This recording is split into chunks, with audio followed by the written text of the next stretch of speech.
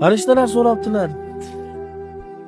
Ya Alloh, namozxon senga duo qilsa nima deysan? Sen labbay deyman. Xudo.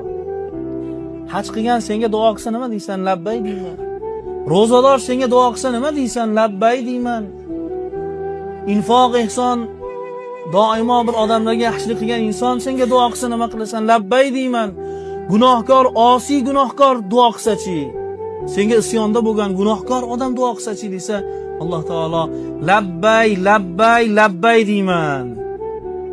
Farishtalar, ey Robbiy, ibodatdagi odamga bir marta labbay deysan-u, gunohkorga 3 marta labbay deysanmi desa, Alloh taolo hadis qudsiyda ya'niki aytibdiki, namozxon ibodatdagi odam ibodatiga suyanib menga yolvoradi. Lekin gunohkor meni rahmatimga, meni fazlimga, meni marhamatimga suyangani uchun unga 3 marotaba labbay deyman dedi.